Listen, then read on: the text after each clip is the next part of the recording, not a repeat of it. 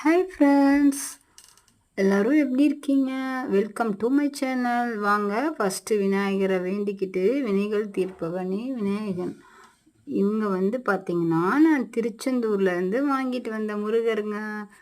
ரொம்ப இவர் வந்ததையுமே என் மனசுக்கு 2 நாளா அவ்வளோ ஒரு வீட்டில் ஒரு நிம்மதிங்க. பார்த்தீங்கன்னா, கீழே நான் விளக்கு பொருத்தி வச்சுருக்கேன். அந்த ஒளி பாருங்க, நம்ம முருகர் ஃபோட்டோவில் அப்படியே எரியிற மாதிரியே இருக்குங்க எனக்கு. வந்து திருச்செந்தூர் முருகரே இருக்க மாரிங்க. இது மருதமலையிலேருந்து நான் வாங்கிட்டு வந்த ஃபோட்டோங்க. இவங்க காளிப்பட்டி கோயில்ல நான் வாங்கின சிலைங்க.